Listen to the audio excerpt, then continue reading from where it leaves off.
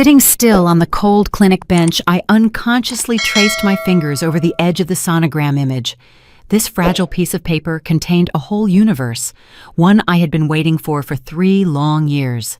The words 6 weeks along felt like a warm sunbeam that crept into the coldest corners of my marriage, making me believe that everything would be different now. I had envisioned how happy my husband Julian would be to receive the news. He was on a business trip, and I had decided to wait for his return, to put the sonogram image in a pretty gift box and surprise him. The maternity ward at Midtown Women's Hospital in Atlanta always held a particular calm, interrupted only by the hurried footsteps of the nurses and the hushed whispers of expectant mothers. I smiled, placed a hand on my still flat stomach, and spoke softly to my baby. I thought that with a child, my mother-in-law, Candace Hawthorne, would put aside her constant tirades. With a child, Julian's endless business trips would become shorter. This baby was meant to be the bond that unified all of us. But then, a familiar voice, full of panic and desperation, shattered the peaceful atmosphere. "Doctor! Doctor! Help my wife! She's having contractions!" My body froze solid. The sonogram image slipped from my hand onto the floor. I stared across toward the emergency bay where the light was blazing. It was Julian. He was carrying a woman with a very advanced pregnant belly in his arms. Her face was contorted in pain. Julian's clothes were crumpled, and his forehead was slick with sweat. But his eyes shone with a tender worry I hadn't seen in a very, very long time. I recognized the woman in his arms. It was Simone Davies, an accountant at his firm. Several nurses rushed over with a gurney. Julian placed Simone down with extreme care, never letting go of her hand. "Hold on, sweetheart. I'm right here with you," he whispered, his voice trembling. A nurse quickly turned to Julian. "The relative needs to handle the admission paperwork." Julian ignored her and practically shouted, "Save the patient first! Money is not an issue!" I remained sitting right there in the busy hallway of the hospital, feeling as if the whole world had vanished, and only I was left behind. My own heartbeat was louder than the rolling of the gurney across the tiled floor. My wife, those 2 words echoed in my head, sharp as a piece of broken glass cutting through every fiber of my being. I suddenly recalled the call I had made to Julian the week before to tell him about the pregnancy. He was silent for a few seconds, then replied dryly, "Oh yeah? How nice. I'm tied up right now. I'll call you tonight." And he hung up, a cruel indifference. So this was what was tying him up. His joy at becoming a father was reserved for another woman. Nobody in the chaotic crowd noticed my presence. I, Julian's lawful wife, sat there, also with a life that was just beginning to form inside me.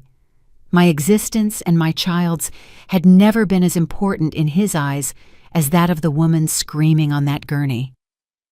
I bent down, picked up the sonogram, and wiped off an invisible speck of dust. A smile spread across my lips, an icy, profoundly bitter smile. The love, the marriage, the waiting, and the hope of the past 3 years. Everything had crumbled in a single instant. I stood up, quietly tucked the paper into my purse, and turned to leave. I didn't cry, because tears made no sense at that moment.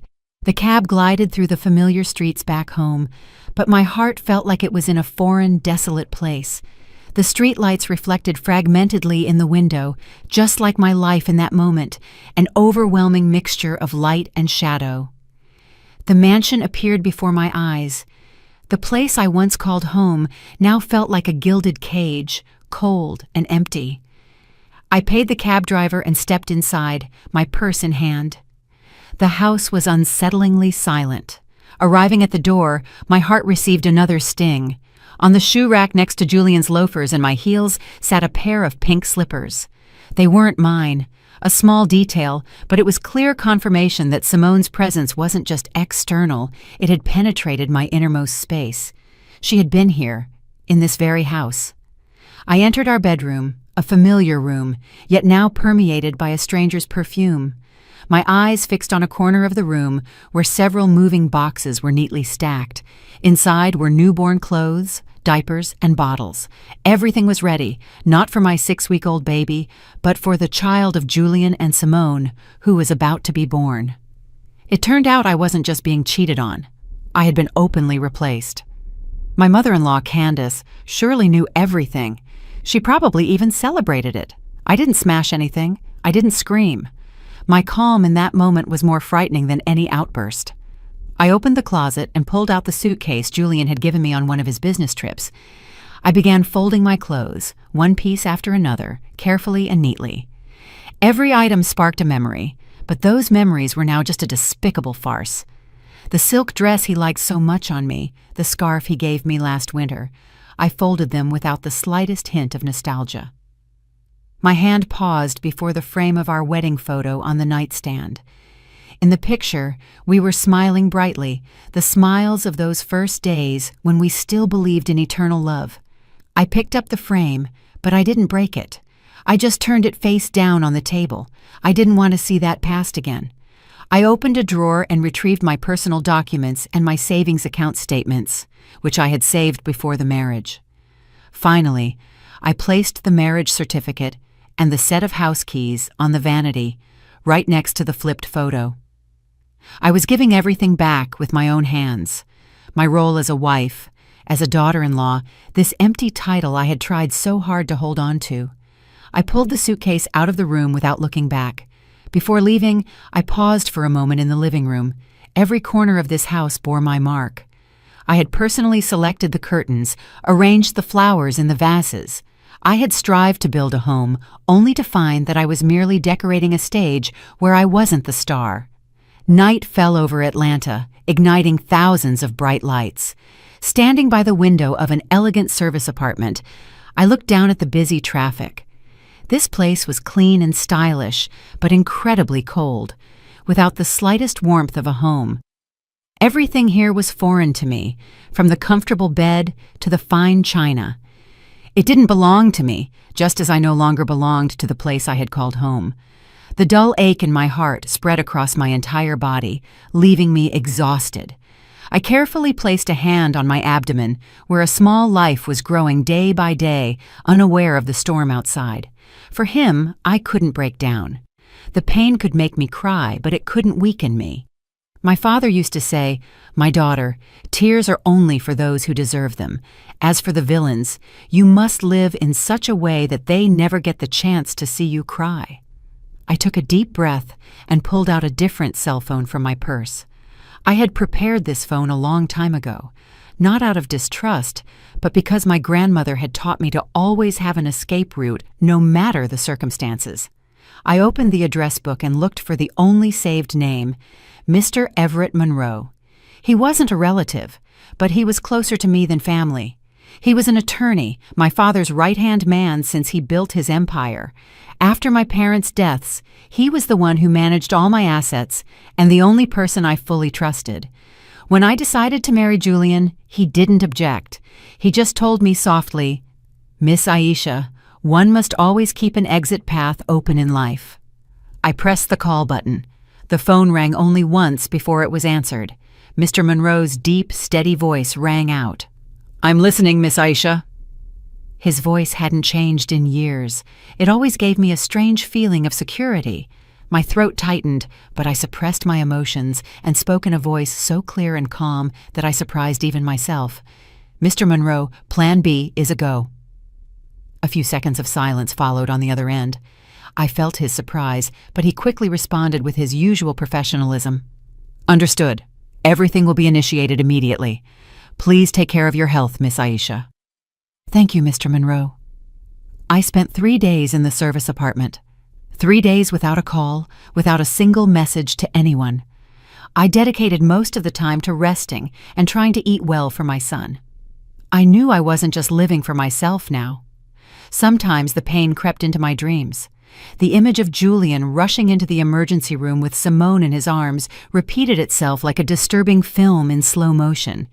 But every time I woke up, I told myself I had to be stronger. On the morning of the 4th day after breakfast, I decided to turn on my old phone. The phone I had used for 3 years, full of memories, now seemed like a Pandora's box of misery. As soon as it powered on, the screen repeatedly flashed with notifications for dozens of missed calls and unread messages, mostly from Julian and my mother-in-law Candace. I looked at Julian's call log without any intention of calling him back. Why was he looking for me? To apologize? To impose conditions on me? Whatever it was, I didn't want to hear it. I opened the text messages, and the first thing I saw was the last message from my mother-in-law. I took a deep breath, preparing myself for her harsh words. But what she wrote still made my blood run cold. "Where have you been all these days? Julian is absolutely exhausted taking care of Simone at the hospital. Stop being ridiculous and come home to prepare dinner. What a thoughtless wife." I read the message over and over. Every word was like a needle pricking my pride. No question about my condition, no bit of concern for her missing daughter-in-law. In her eyes, I was less important than her son's fatigue from caring for his mistress. My role in that house was simply that of a maid responsible for serving food to her son and his concubine. For 3 years, I had tried to be a good daughter-in-law, enduring her criticism and her absurd comparisons, just hoping she would accept me one day. But no, there was never any room for me in her heart. Rage surged in my chest, but quickly cooled, leaving behind only absolute contempt. This message helped me eliminate any remaining doubt, any small hope that everything was just a misunderstanding. No, this was their true face, a selfish and cruel family. I didn't reply. I simply deleted the message as if removing an unworthy stain from my life. They had given me a compelling reason to show no mercy. I switched off the old phone and tucked it deep into a drawer. From this moment on, Aisha Holloway's life would have nothing more to do with these people. They themselves had slammed the last door shut. In the following days, I tried to maintain a strict routine. I woke up early to do prenatal yoga. I prepared my own breakfast, read, and listened to music. I didn't allow myself to sink into misery. I knew Julian and his family thought I was just throwing a tantrum, that in a few days, when I ran out of money and a place to live, I would crawl back on my own and accept their terms. But they were wrong. One afternoon, as I was reading on the balcony, the phone rang. It was my cousin, the only relative I kept in contact with. "Aisha, where are you? Are you okay?" Her voice sounded worried and hesitant. "I'm fine, cousin. I'm staying with a friend." "What happened?" I asked, with a bad feeling. There was silence, then a sigh. "Well, listen, you have to stay calm. Today they celebrated the first month of Simone's son. Candace's house was full of people. They invited the whole family, dozens of people." My heart clenched, but I kept my voice steady. "Oh, really? That must have been a great party." "A great party? What are you talking about?" Her voice turned rough. "I was so outraged that I had to call you. In the middle of the celebration, in front of everyone, Candace stood up and announced—" She paused, as if she couldn't dare to say it. "What did she say, cousin? Tell me. I can handle it." I heard her take a deep breath. She said, "This house had the misfortune of taking in a hen that can't lay eggs. Now that we have an heir, the useless one should vanish and leave us alone." She said that in front of everyone. Every word was like a dagger in my heart. It hurt so much that I could barely breathe. I thought I was strong enough, but upon hearing those words, tears erupted uncontrollably. They hadn't just been unfaithful. They hadn't just trampled my feelings. They had publicly humiliated me, denying my existence and my worth in front of the entire family and friends. They wanted me to lose face and never be able to look anyone in the eye again. "Aisha, are you listening to me? Don't do anything crazy now," my cousin said, alarmed by my silence. I quickly wiped my tears and tried to breathe deeply. "Don't worry, I'm fine. Thank you for telling me. Honestly, I'm okay." I hung up and stared into space. The pain was no longer dull. It had transformed into a flame of fury burning inside me. Very well. If they wanted me to vanish, to run away, they would pay a very high price for today's humiliation. Would they regret pushing a woman to her limits? I called Mr. Monroe. My voice was cold and resolute. Mr. Monroe, I want everything accelerated. I don't want to wait another day." "Understood, Miss Aisha. All legal steps are prepared. Upon your command, the notification will be sent immediately." Mr. Monroe's voice, always calm and reliable, gave me strength. The next morning, a certified letter from Mr. Monroe's law firm arrived at Julian's company address. I wasn't there to see his face, but I could imagine it when he read the contents. It wasn't a divorce suit, but a formal legal notification. The letter demanded that Julian comply within 15 days with Clause 11 of the prenuptial agreement, which we had both signed. The content of that clause was very clear. Before we married, my father had given Julian $1 million as seed money for his company, which was considered part of my dowry. My father, who perhaps already saw something in Julian, had asked Mr. Monroe to draft a contract with a specific clause. If Julian seriously violated the laws of marriage, especially if he was unfaithful and had a child out of wedlock, that $1 million would be considered a personal loan, and I would have the full right to demand the repayment of the entire principal plus all profits earned during that time, calculated at the prevailing bank interest rate. The day he signed the contract, Julian laughed and said that my father and I were much too cautious. He even swore that day would never come. Perhaps he considered it a mere formality, a guarantee of our love, or maybe he trusted too much in his ability to hide his lies. But he forgot one thing. What is written has full legal validity after a signature. Sitting in the apartment, I sipped a hot tea. For the first time in many days, I felt a sense of relief. That was just the first shot, a warning. I knew Julian wouldn't accept it easily. He would think I was just sulking, exaggerating to put pressure on him. He and his mother had always underestimated me. As anticipated, Julian paid no attention to the letter from the law firm. That afternoon, Mr. Monroe called me. His voice was monotone, but I could hear a smile underneath. "Miss Aisha, Mr. Holloway received the letter. They say he barely read it, laughed, and told his assistant that his wife was learning drama from telenovelas." This didn't surprise me. Julian had always been like that. He believed he was the center of the universe, and everyone, especially me, had to revolve around him. In his eyes, I was a submissive and compliant wife who would return after a few days of anger. He couldn't imagine that even the most trampled heart can rise up. I imagined Julian calling his mother in a condescending and irritated tone. "Mom, Aisha is making a drama out of this. She even hired a lawyer to threaten me. How childish." And Candace would undoubtedly fan the flames. "Oh, that useless woman can only make trouble. Let her be. In a few days, when she runs out of money, she'll come crawling back and beg for forgiveness." They reveled in their arrogance, unaware that I was no longer playing by their rules. The real blow wasn't in that notification. That evening, as I was eating dinner alone, I received a message from Mr. Monroe. "Miss Aisha, Mr. Holloway just called his bank's customer service very angrily." I smiled. The real show had just begun. I imagined Julian perhaps having dinner with Simone at a fancy restaurant. He would confidently pull out his credit card, but the terminal would show an error. He would try again, the same result. His smug expression would begin to crack. He would call the bank in an arrogant and annoyed tone.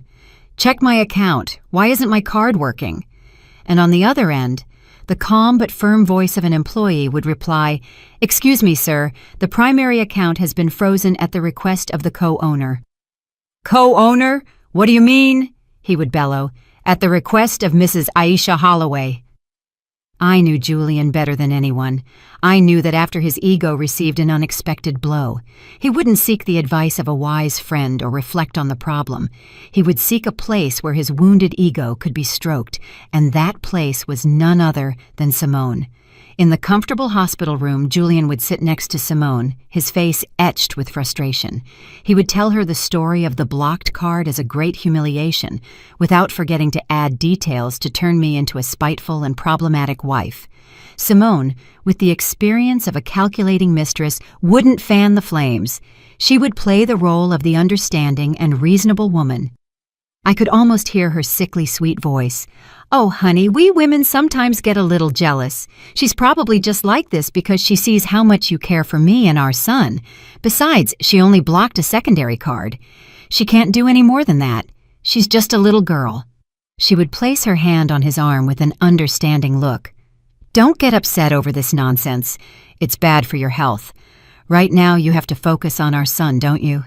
He's the most important thing." These words would be balm for Julian's wounded ego. He would nod and feel like a genius for choosing Simone. He would think, "It's true. Aisha is just a jealous child. She doesn't compare to Simone, who is beautiful, gave me a son, and is understanding to boot."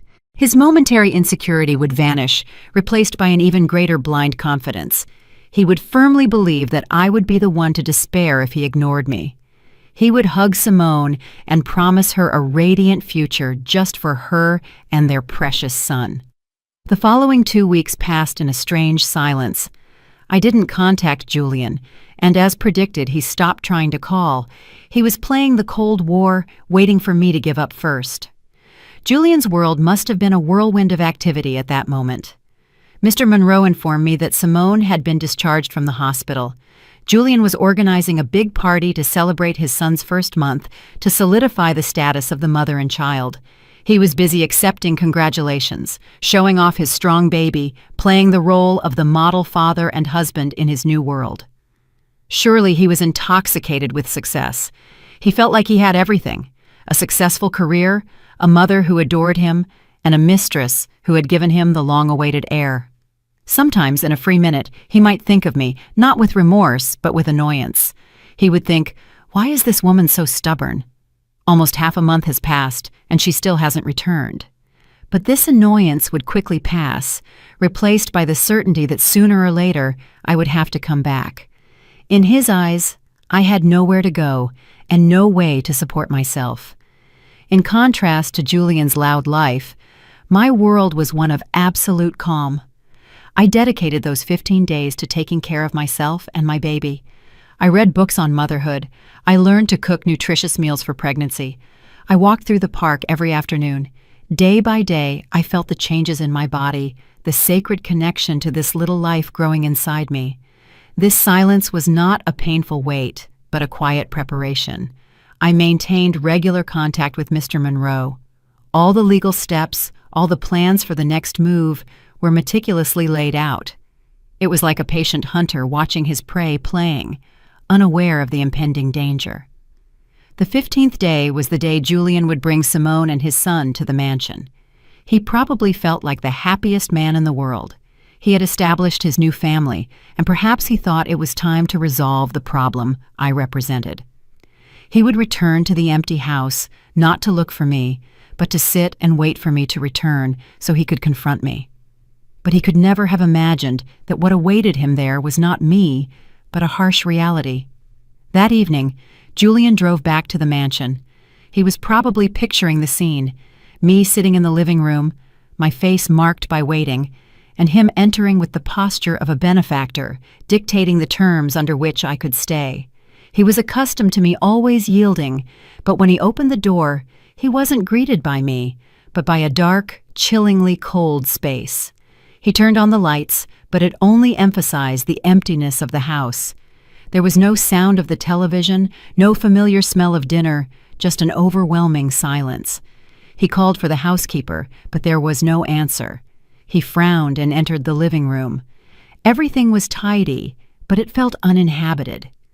He walked through the house calling out to the staff, but only the echo of his own voice replied.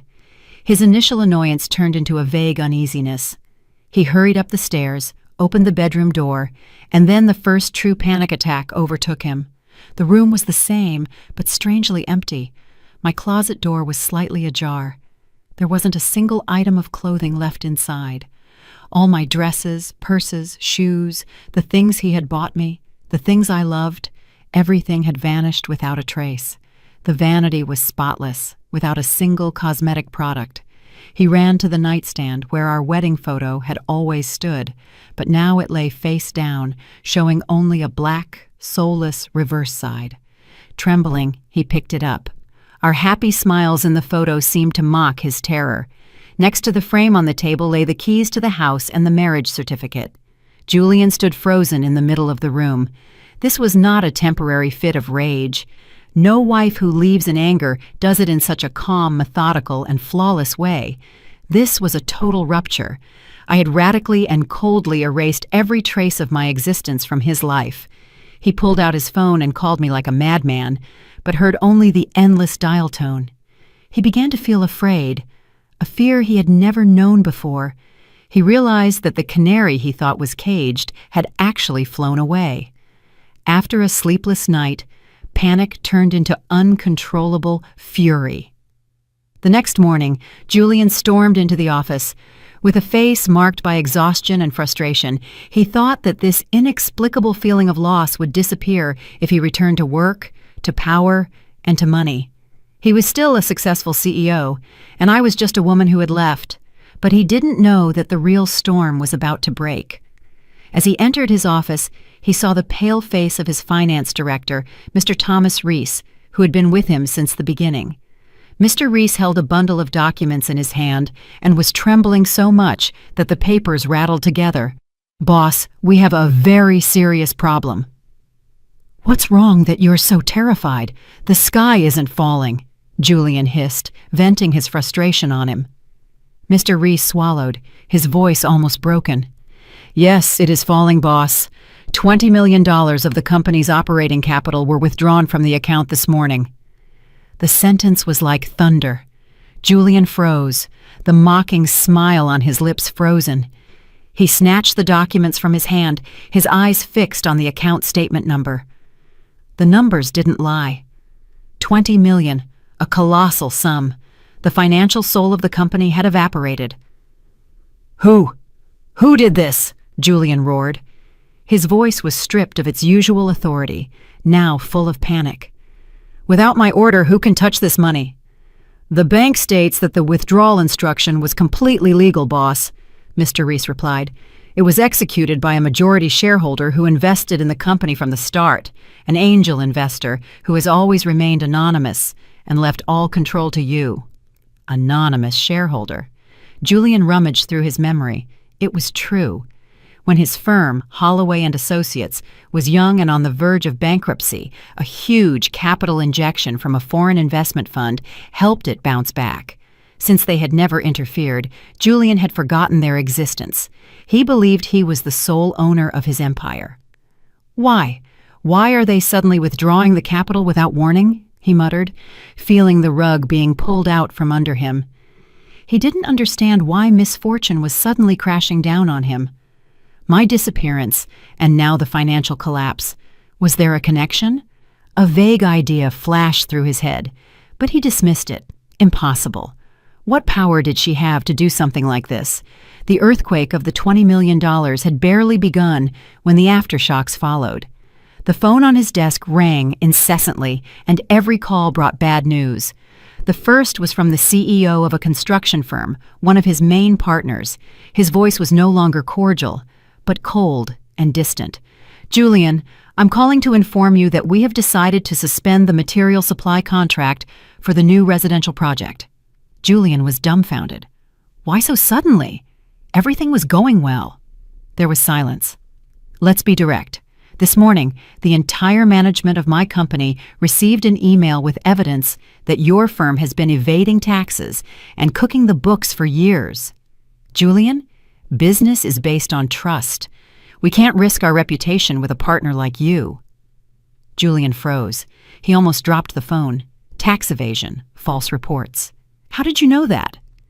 These were secrets that he and Mr. Reese had kept under 7 locks. Who had leaked it? Before he could recover, the second call came. It was from the bank where his company had a huge loan. The customer service representative's voice was serious. "Mr. Holloway, we regret to inform you that, due to unfavorable information regarding your company's financial situation, the bank has decided to reevaluate your loan. For now, we are freezing your line of credit." One call after another came from other partners. The script was the same. Everyone had received the anonymous email, and everyone was breaking off business relations. The domino effect had begun. Without capital and abandoned by his partners, Julian's firm was an unmaneuverable ship in a storm. He sank back into his chair, drenched in sweat. He felt trapped in a perfectly designed snare. Someone wanted to destroy him. In his desperation, when all doors seemed closed, Julian remembered one last hope: Simone. He recalled the times she had casually mentioned that her father was someone with power and contacts. Perhaps it was time to ask her future father-in-law for help. He picked up the phone and called Simone. His voice was trembling. He told her everything: the capital withdrawal, the partners fleeing, the looming bankruptcy. "Simone, sweetheart, can you talk to your father so he can help me? If he could vouch for me or lend me some money to get out of this, I would repay him generously." On the other side, an unusual silence. There were no words of comfort, as he had expected, just Simone's calm breathing. And then a clear, glass-sharp laugh rang out. A laugh that sounded strange and biting. "Oh, Julian, are you an idiot or what?" Julian froze. "Simone, what are you saying?" Simone's voice was no longer sweet, but snarky and mocking. "I asked if you're an idiot. Didn't you hear me? My father is in the sanitation department in our town.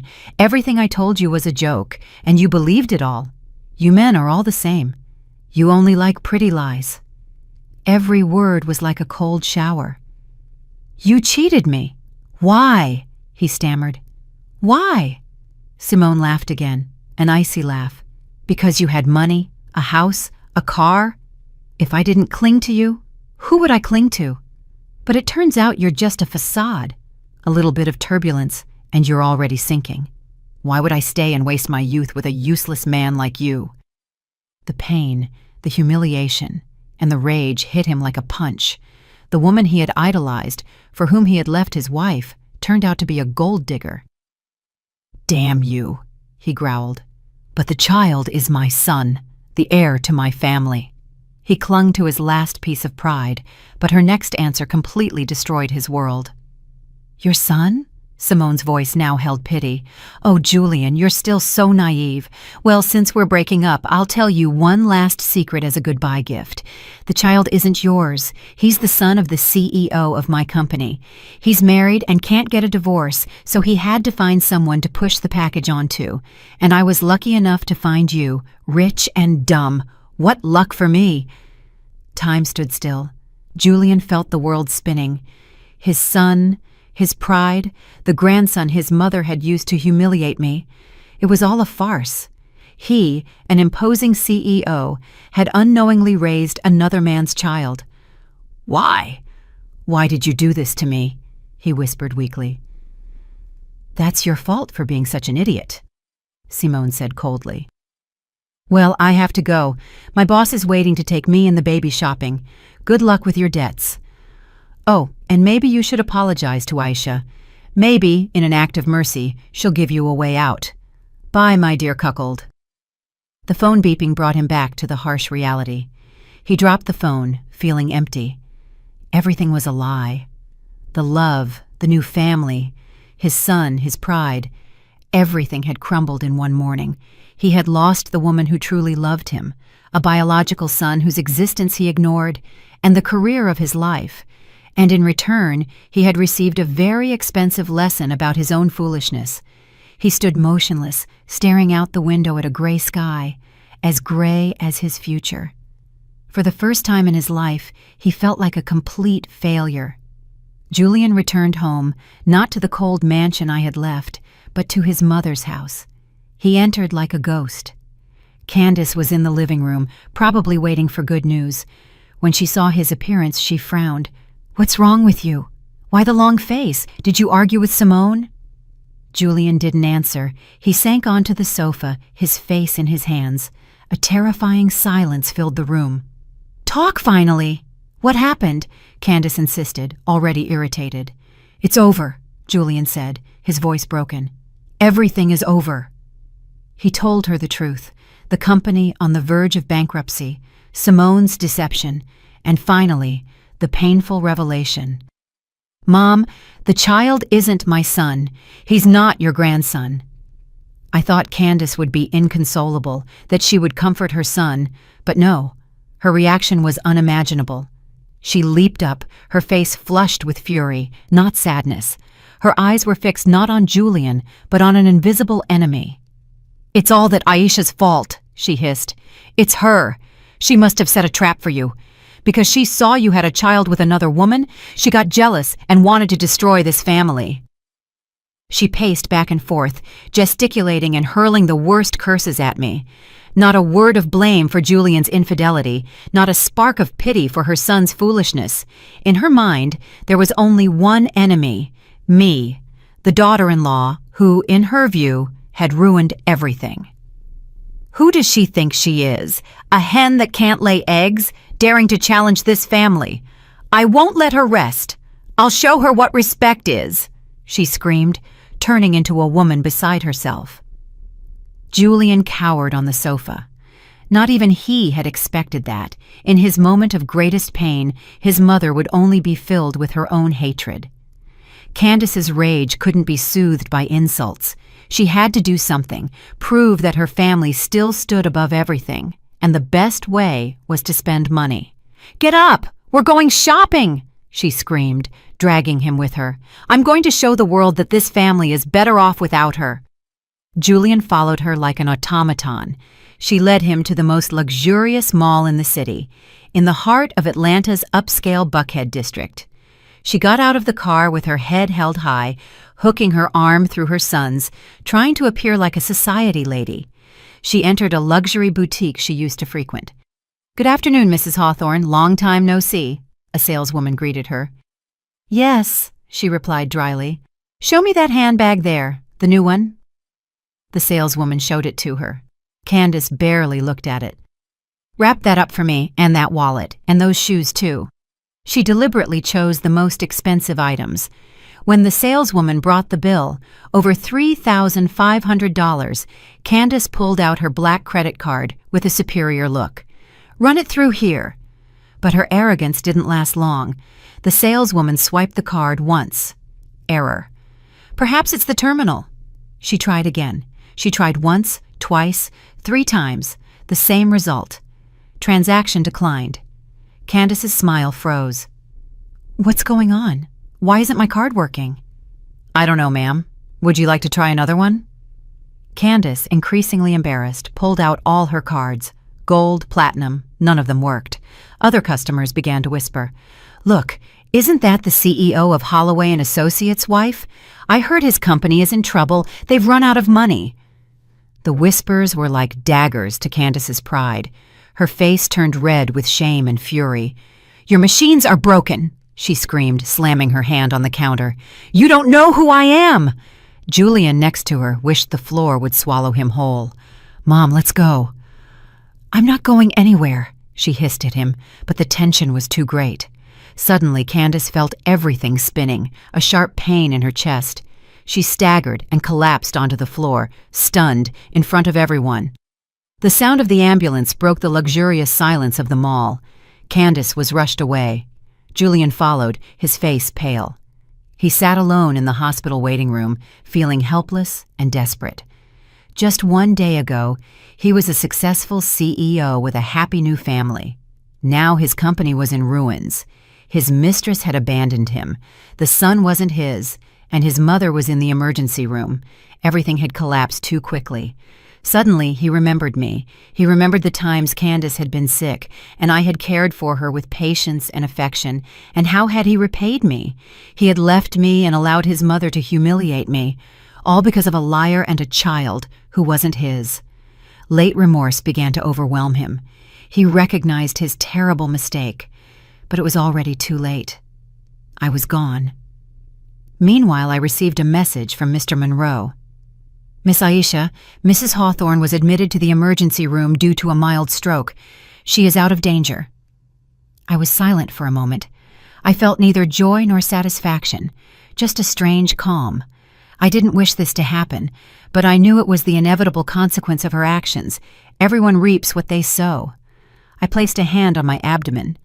"My son, I am not doing all this out of hatred, but to protect you, to give you a future without injustice or humiliation." Julian waited until late at night at the hospital. The doctors informed him that his mother was stable. Just then, his phone vibrated. A message from his secretary. "Boss, the board of directors is calling an extraordinary shareholders meeting for tomorrow morning. Your presence is required." The extraordinary meeting. Julian knew this was his final judgment. The next morning, he entered the boardroom. He looked gaunt. The expensive suit seemed too big for him. The shareholders, once his allies, now looked at him with anger and contempt. "Julian, we demand an explanation," shouted a major shareholder. "Where is the $20 million? Why have all the partners terminated their contracts?" The accusations rained down on him. He didn't know how to answer. "Gentlemen, please calm down. It's just a temporary difficulty." "Temporary?" another interrupted him. "We have completely lost confidence in you. I propose dismissing Julian Holloway as CEO and auditing the company to sue him." The room descended into chaos. Shouts, slams on the table. Julian froze, feeling cornered. At that moment, the heavy door of the boardroom slowly opened, the chaos immediately silenced. All eyes turned to the door, and then I walked in. The sound of my heels on the marble echoed loudly in the silence. I was no longer the Aisha of before, with simple clothes and a submissive gaze. I wore a flawless white pantsuit that accentuated my pregnant figure. My hair was pulled back into an elegant bun, my makeup was simple, and my eyes reflected an icy composure. Next to me walked Mr. Everett Monroe with his leather briefcase, followed by 2 young attorneys from his firm. Our presence radiated an aura of power that silenced everyone. The murmurs began. "Who is that? She looks like the boss's wife. Impossible. What is she doing here? And dressed like that?" My eyes finally rested on Julian. He was frozen, looking at me like a stranger. His pathetic appearance didn't spark a single ounce of pity in me. I walked slowly toward the head of the table where he was sitting. The shareholders moved aside to let me through. I stopped in front of them, observing the guilt, the worry, and the total breakdown in Julian's eyes. "Good morning, everyone," I said, my voice clear and firm without needing a microphone. "Many of you may recognize me, but probably no one truly knows who I am." I paused, letting the curiosity grow. Then I looked directly at Julian. "Allow me to introduce myself. I am Aisha Holloway, the only daughter of the late CEO of the Sterling Group, Dr. Sterling Holloway Sr." The room erupted in gasps of astonishment. The Sterling Group, a name everyone in the business world knew. A gigantic empire that dwarfed Julian's small firm. The Sterling Group? The CEO's daughter? It can't be. No one was more shocked than Julian. His face went chalk white. He finally understood everything. He understood why I had left so calmly, why I could freeze his accounts. He had married a true princess and treated her like a maid. He had thrown away a treasure for a cheap, counterfeit commodity. This truth was more painful than losing $20 million. I didn't give them time to recover from the first blow. I motioned to Mr. Monroe, who projected a series of documents onto the screen.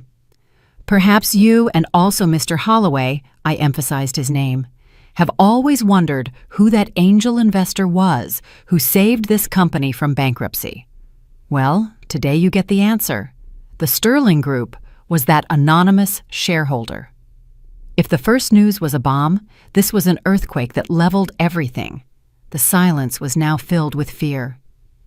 "We entrusted Mr. Holloway with the leadership of the company," I continued with an icy voice, "but he used our money to falsify reports, evade taxes, and drive the firm to ruin. According to the investment agreement, as majority shareholders and creditors, we have the full right to take over the company, to restructure it, and protect our investment. The $20 million that were withdrawn did not belong to the firm. They belonged to me." Now everyone understood. I hadn't come as a bitter wife, but as the chairwoman of the Sterling Group to reclaim what was mine. The shareholders, who had previously railed against Julian, now looked at me imploringly. They knew that only I could save the sinking ship. Julian completely collapsed. The empire he was so proud of no longer belonged to him. He had lost everything. He rose staggeringly from his chair and walked toward me. And then, to everyone's surprise, he knelt at my feet. "Aisha, I made a mistake," he whimpered, clinging to my legs. "I know I'm a pig. Please forgive me. Don't take the company away from me. This is my life's work. We can start over, can't we? We have a son, Aisha. Our son needs a father. Our son." These words, which should have made me the happiest woman, now sounded like a mockery. He was using our son, who had never mattered to him, as a weapon to beg for mercy. "My son," I said with a cutting coldness. "Julian, do you remember the day at the hospital when you screamed that that other woman was your wife? Do you remember when your mother humiliated me and called me a hen that can't lay eggs? Did either of you think of our son?" He fell silent. The sobs choked in his throat. "You are mistaken. This is my son," I stressed. "Not our son. The moment you called another woman your wife, we ceased to exist. My son does not need a father like you, nor a grandmother like your mother." I pulled my leg out of his reach, a final gesture. Mr. Monroe placed an envelope in front of him. "These are the divorce papers. Miss Holloway has already signed." Julian stared at the papers as if they were his death sentence. He remained sitting on the floor, completely defeated. As I closed the door behind me, the sunlight in the hallway seemed warm and comforting. I took a deep breath, feeling freed from a burden I had carried for years. The war was over. Inside, chaos erupted again. But this time, the shareholders surrounded Mr. Monroe, pleading with him, offering their loyalty. No one paid any attention to Julian anymore. The former king was now a shadow in his own kingdom. Days later, I began my work. The company was renamed Sterling South Operations. I restructured everything, firing the incompetent and rewarding the talented. I earned the respect of the employees, not with words, but with actions. The news of the police investigation didn't take long. The evidence of tax fraud was irrefutable. "Miss Aisha, a provisional arrest warrant has just been issued for Mr. Holloway," Mr. Monroe informed me by phone. I felt no joy, just a vague sadness for a man who had everything and threw it all away through his own blindness. The news was the final blow for Candace. My cousin told me that after the news broke, she suffered a second stroke. Doctors saved her life, but her brain was permanently damaged. She would spend the rest of her days in a wheelchair with a lost mind, trapped in the obsession of a grandson who never was. Karmic justice can be cruel. The months passed. The pregnancy was nearing its end. On a beautiful autumn morning, I gave birth to a healthy, strong boy. When I heard his first cry, all worries vanished. I named him Ezra, hoping his life would always be calm and bright. My life was filled with the simple happiness of being a mother, watching him grow, hearing his laughter, feeling his absolute trust in me. The past faded. I didn't forgive them, but I forgave myself, to be able to start over with a soul at peace. They received their punishment. That is the balance of life. I found my peace. One morning, when Ezra was almost a year old, we went out onto the balcony to watch the sunrise. The sun rose, painting the sky orange and gold. The Chattahoochee River sparkled, and the city awakened to a new day. Ezra, in my arms, pointed at the sun and babbled happily. I smiled and kissed his forehead. "Yes, my sweet boy, that is the sun. A new day is beginning." I didn't know what the future would bring. Maybe I would find a new love, or maybe I would raise my son alone. It no longer mattered. I had my son, my career, and a heart that had learned to love itself. The morning wind blew gently. I hugged my son, looked at the rising sun, and knew that our lives, like the sun, could only become brighter and brighter. Did you like my story, and which city are you listening from? Let's meet in the comments. If you like the story, you can support me by sending a super thanks so I can keep bringing more stories like this. Thank you so much for your sweet support. I'm looking forward to your comments on the story. On the screen, you can see 2 new life stories that I highly recommend. There's so much more on my channel. Don't forget to subscribe. See you in the next life story. With love and respect.